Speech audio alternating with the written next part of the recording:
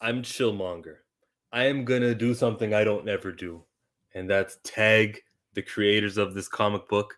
So this is for them. Evan, for Germain Peralta, Jesus Aburtov.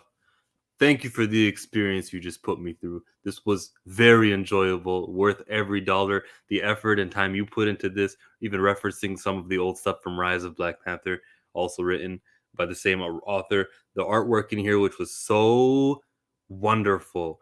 You know what you guys did in here, German. Sorry, your whatever your name is, sir. But over here, they could have just been two talking faces with all of these dialogue boxes, but instead, you get to show me they're playing with action figures. It's Storm and it's Black Panther, and it's not just there. These two characters are gonna come pay off at the end of this story. This wasn't just for nothing, but or Shuri and Storm, and these two characters are not just standing and talking like we usually get in some comics when it's time for dialogue. There's storytelling being done, and there's emotion coming through. Pictures worth 1,000 words, and that was understood here. And I got to see those pictures to understand what the bond is between M'Baku and Zenzi and future M'Baku. Wonderful stuff. Great stuff. Jesus Aburtov, you've never let me down, Jesus, whenever your colors are in a book. Even going back to books like X-Force when you were doing that. I didn't like the artist, but I liked the colorist. This was fantastic stuff. Thank you to the creators for making this. Now let's treat it like a normal comic book review starting from right now. Hi, everyone. You're watching my favorite YouTuber. I am Chillmonger. This is worth $5 and worth every penny of it. I couldn't believe it. You know what I want? More $5 comics. After seeing something like this, getting a complete story, finishing, like, I remember being halfway in and going like, how many pages are in here? This is really only just $5. I'm getting a whole lot of story here. This was great stuff. It makes me want to rethink comics. We're rethinking things with the Marvel Unlimited. You guys have read the at least if you might have seen the Jonathan Hickman story with Wolverine, and you see how they're reformatting the artwork where it's on the not 16 by 9 but 9 by 16 for a phone screen, and you can just kind of swipe and watch. If we're getting creative with it, I think we don't really got to do something too crazy. Stop making 20-page books, make them this thick and this long, and give me complete stories. There was no cliffhanger here. This was great. I didn't read The Last Annihilation, and I felt like I was in the know of everything going on here. I was expecting a comic similar to what Jeffrey Thorne wrote with King in Black, the Wakandan invasion. I'm expecting, the typical stuff. I know that Jim Zub got his canceled. He was going to do an Empire type story, but it's how does Wakanda feel about this? Well, Wakanda is no longer just a country. Wakanda is a whole intergalactic empire, and I've never liked the intergalactic empire more than just now. I have an understanding of it. They kind of put it on par with the Shi'ar, and when they bring in the Shi'ar, it's not like the Shi'ar from the 80s. The things being referenced here are things as early as soon as when Smasher joined the Shi'ar. Stuff about the Avengers, how Manifold and Smasher were once on that team. I think Jonathan Hickman was the writer at the time, 2013 roughly.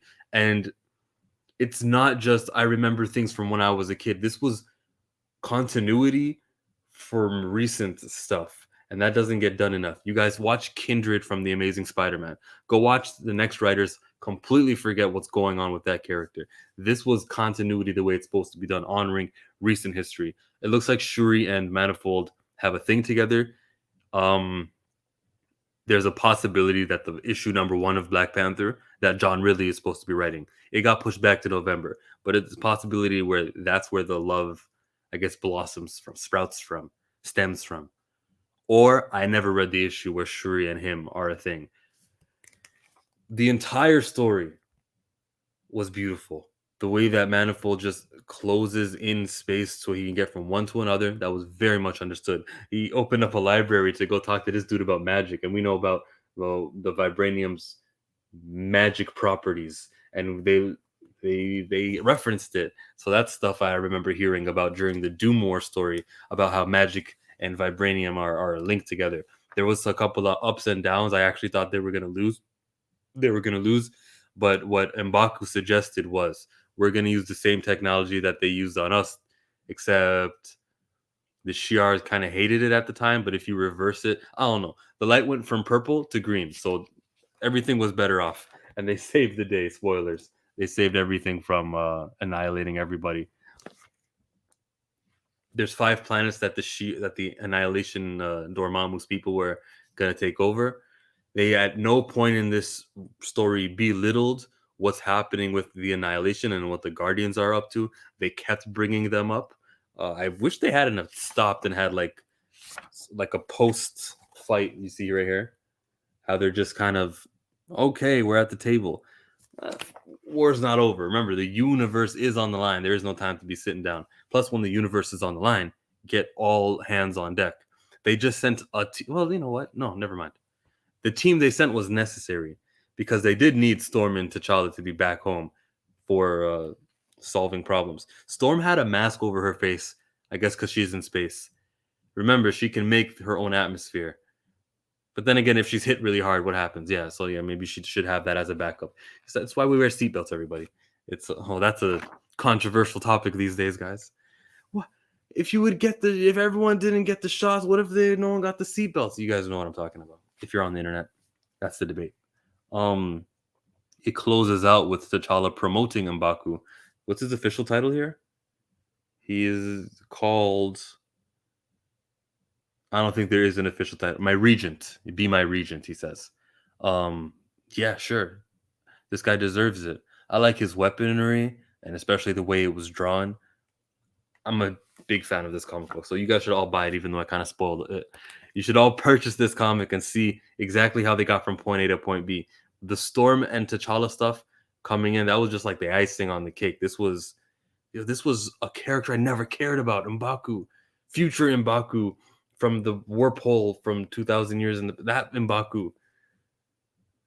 And I care. Why is T'Challa on the cover? He needs to be on the cover. He's on the cover of the variant cover. But shoot, this just carried forward. I'm like, oh, who's writing the Black Panther ongoing series? It'll be John Ridley? Okay, John Ridley. Good luck, because this was good stuff. If you like the comic, let's talk about how awesome it was in the comments section. Thumbs up the video. Check out this live stream if you want. It was done this Saturday, talking about Marvel stuff with my friend Trinity from 2nd Street Marvel.